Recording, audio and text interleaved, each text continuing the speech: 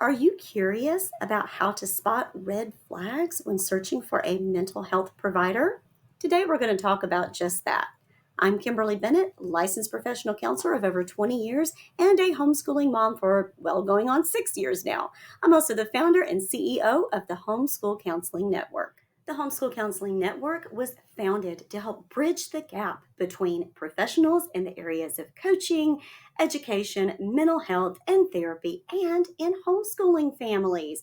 We are here to help provide a multitude of directories to point you in the direction of professionals and providers who are equipped to support you on your home education journey. So, in continuing our deep dive into performing due diligence, we're going to go one step further today and talk about some common red flags that you should look out for when you are seeking a mental health provider.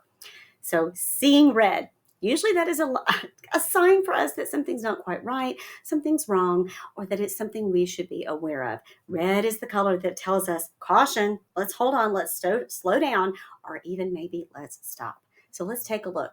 If you are seeking mental health care or care from any type of mental health provider, whether they be mental health, medical, or otherwise, then part of performing that due diligence, part of that doing your homework, checking out their credentials, making sure that they're licensed. Going even further with that is looking for some of these common signs that can say, hey, this therapist might be compromised, or this therapist might not be a good fit. So the first one, behaves unethically.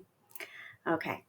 All mental health professionals must follow a code of conduct. Codes of conduct exist for a reason. They are there to say, hey, these are the parameters within which therapy should function. These are the things you should do, and these are the things that you shouldn't do. And you would be amazed at some of the things that actually have to get written down and spelled out, and some of where the ethics violations come from. In Texas, every 2 years, I have to take what is, as I'm a licensed therapist in Texas, I have to take what is known as a jurisprudence exam. And what that is, it tests me basically on Texas law and basically on ethics. I also have to take a number of required hours of ethics continuing education. Renew my license as a therapist.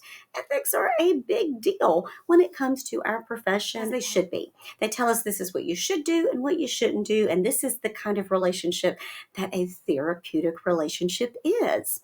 While your therapist certainly should be friendly and certainly should make you feel welcome and comforted, you want to feel that when you walk into that office that you can tell that therapist anything and certainly not be judged for it. It is considered a safe space. By no means is that relationship a friendship. It's certainly not that type of a relationship. It is unidirectional. Anything other than that is an ethics violation that we call a dual relationship. Okay, so to define a dual relationship, I'm going to take you to my code of ethics, the American Counseling Association. Okay, so look at that. It's right there under Section A, right here, Section A. So let's scroll on down. Prohibited non-counseling roles and relationships. Pretty much it is outlined and defined the type of relationship that you have with clients. So obviously from the definition in the video previous and the little clip that I showed you there earlier, you can see that dual relationships can be anywhere from a friendship along to the extreme of a relationship of more intimate, where dating a client or having a personal relationship or romantic relationship with a client, which is just a big no-no. So yes, that is a red flag. This may or may not surprise you, but the jurisprudence exam that I was just talking about earlier that we have to take every 2 years in Texas to make sure that we are aware of our code of ethics and that we are aware of our law. A lot of the cases, a lot of it is case studies when we read through it to make sure, oh, okay, so this was a case that was reported to the board. What violation was this? The majority of the cases that we go over are involving dual relationships. Therapists are human. We have human feelings and human emotions. And yes, therapists can make mistakes, but that still the burden of making sure that a relationship does not move beyond the therapeutic relationship falls on the therapist. There's an unequal balance of power when it comes to the therapeutic relationship. That's why they have us study it. That's why we don't practice in a vacuum, if you will. As therapists, even if we have been through all of our training, we have gotten our license, we've still getting our CEUs, we're still learning, always growing, we still, even if we don't have to have supervision, if you will, anymore, because we've moved past that stage of licensure, it's still not a good idea to practice in isolation and practice alone. We're humans. We have needs and feelings too. And if you isolate yourself too much, you might could put yourself at risk for that. So instead, what we are encouraged to do in our profession is to consult with other members of the profession to make sure that we are, and definitely openly discuss any feelings that we might have that might emerge in the therapeutic process, which can happen. I have been very endeared to some of my clients before because I'm human, but I also know that there is that boundary that is there for a reason. So we don't practice in isolation, we don't practice in a vacuum, and the burden of keeping that relationship proper and in its proper respectful boundaries falls upon the role of the therapist. If you feel that kind of that relationship is moving out of that safe space of that unidirectional between client and therapist, that is a red flag, and that is time for you to see a different therapist. Okay, so the second example of behaving unethically is we're going to talk about the breaches of confidentiality. Now, there are certain times in a therapeutic relationship where we do have to break confidentiality. However, your therapist is going to discuss this with you before you ever, what those cases are, because it actually does vary from state to state. The two big ones that are probably going to come to mind and that you're going to be aware of are going to be if you threaten to harm someone else or if you threaten to harm yourself. That is called a duty to report or a duty to warn. The laws for mandated reporting are going to be different for each state. But let's say that a minor has reported being assaulted or injured or abused, then I'm going to have to file a report for that. It is not my job to investigate. It is actually just my job to report it. So those are the times that I would need to breach confidentiality. Other times would be in terms of, let's say you want to use your insurance to pay for your services. Well, I do have to let your insurance company know that you're seeing me so that I can then bill them for that service.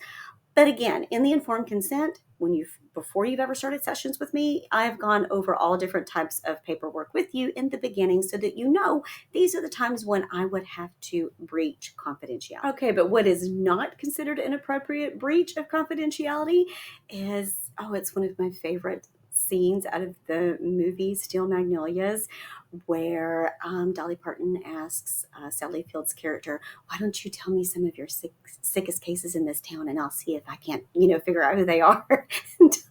And she says to Dolly, "I am not going to do that." And she's like, "Oh, you old fuddy-duddy, you're no fun."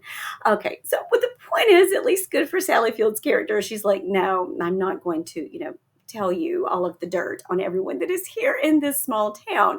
That is private, protected health information."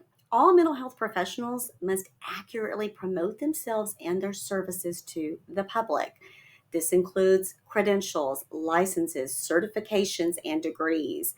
That means even if you are, let's say you have an EDD, a doctorate of education and counseling, but you are wanting to promote yourself as a psychologist. Well, you can't promote yourself as a psychologist. You might be Dr. So-and-so, but you are not a psychologist. You are not a psychiatrist. You are not a medical doctor at all. You are still just a counselor. That is your highest form level of practice. And that doesn't mean that you can't use your credentials. You just cannot mislead the public into believing that they are seeing a psychiatrist, a psychologist, a medical professional.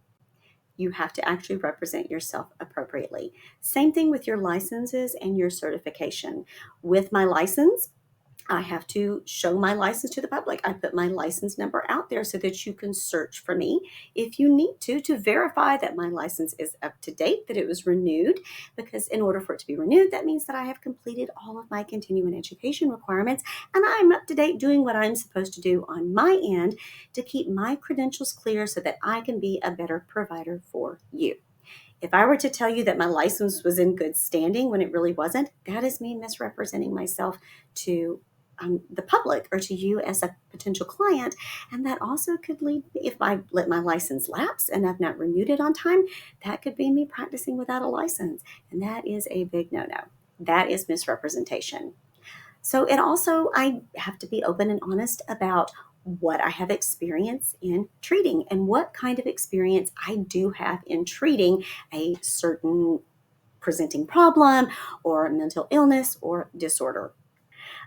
We have specialties for a reason, and you want to make sure that when you are going to see a therapist that they are actually not just taking on clients so they can fill up their roster, but they are actually a good match to you because they have training in the area that you are seeking help with, basically.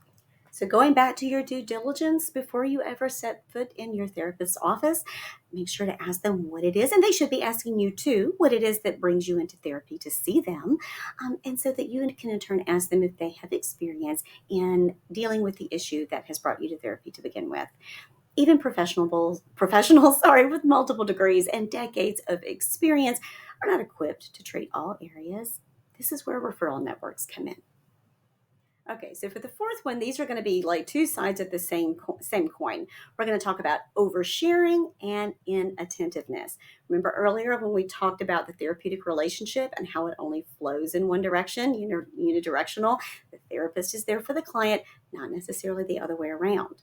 Now, in therapy, there is something that we call disclosure, which means that from time to time, a therapist may share little bits of their life in a way that actually might be very poignant or might be very helpful to the client at that time, especially if you are sharing a similar experience.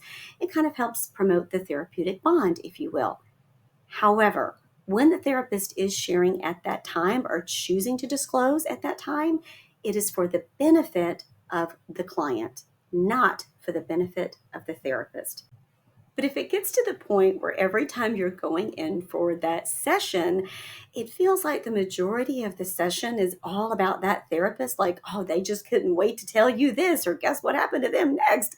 And the majority of your time on the clock is spent listening about what is going on in that therapist's life. That's a red flag. Therapeutic relationships are collaborative efforts, and they're based on mutual trust and respect. Okay, so the other half of that coin, inattentiveness. Back when I was in practice, I never saw more than 20 clients a week. That may not sound like a lot, but for many practitioners, that's not a lot. For me, that was a full caseload. For many, that's just half their caseload. But I'll be honest with you, by the time I got towards that end of the week, I was probably not as good of a therapist with client number 19 and 20 as I was with client number 1. That's just being honest. That's part of me being human. And a lot of times that would also depend on how many clients I had seen that day. So, to the best of my ability, I did my best to spread those out and to give myself enough time in between sessions so I could kind of restore, rejuvenate, and reboot, if you will, and process just a little bit because I'm human and that's a lot of mental load that you take on when you are a therapist. And as I said, even though there were times when I probably wasn't my best version of myself as a therapist by that 19th or 20th client of that week, I still endeavored to do my very best to make sure that I was attentive, or at least I did my very best to mimic it as best as I could. Now, having said that, burnout is a real thing. It is a real thing for parents. It is a real thing for homeschooling parents. It is a real thing in any profession, but it is especially big amongst the helping professions. And a lot of times it can hit a therapist before they even realize it. And it can start with small little details. This goes back with when I talked about earlier that even if you might be beyond the supervision stage, no one should practice in isolation. No one should practice in a vacuum. I was very, very grateful at the time to share office space with one of my very dear friends who was also a clinician, and we could kind of debrief, or as we talk about, this is not a sense of breaking confidentiality either if you go to supervision or if you go to consultation, because you do not necessarily have to give identifying information of the client. You just simply process what it is like to be a therapist and carrying this weight of all of the different things because we genuinely care for our clients. We do. We choose to do this profession because we love what we do, certainly not for the big bucks. But the point is, we choose this profession because we love it, but it doesn't mean we are immune to fatigue.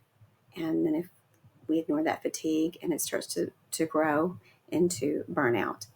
If you notice that your therapist is certainly not acknowledging when you say things that you feel are important to you, or reflecting it back to you, or talking back to you, or not even making eye contact. We can tell because, like I said, 70-80% of our communication is body language. We can tell when someone's not paying attention to us, when they're not attentive to us. If you're a parent and you're watching this right now, your child can notice it. Hey, mom, watch this. Hey, mom, watch me. Mom, did you see me? Did you see me? Did you see me? And if you just keep saying, uh-huh, uh-huh, uh-huh, but you haven't looked at them once, they know. If a child can recognize it, so can you. So can you. It is actually okay for you to call your therapist out on that. It's okay for you to call your therapist out on a lot of things. That's what therapy is. It's that safe space for you to say, lately I've been feeling like when I'm talking with you or I'm sharing with you what's going on in my life, I feel like maybe you're not listening. Now, therapists can take that and give a reaction to that in a lot of different ways. If that were brought to my attention, I would hope that at the time I would be able to say, oh, okay, thank you for sharing that with me. Thank you for bringing that to my attention. Let's explore that more. Let's talk more about that. Because the fact that my client was able to bring that to me, that was brave. That was really brave. And I'm human, so I can have my moments too. If you bring that to your therapist's attention and you're met with defensiveness, anger, or disrespect, that is a red flag. Even if you are being gently confronted in therapy, it's not going to feel good. None of us likes to hold that mirror up to ourselves and take a look at the good, the bad, the ugly, and the beautiful. It's not pleasant, not for anyone. But as therapists, when we have to do that, we still do it with total respect. With respect for you, the person, first of all, and with respect for the therapy process in general.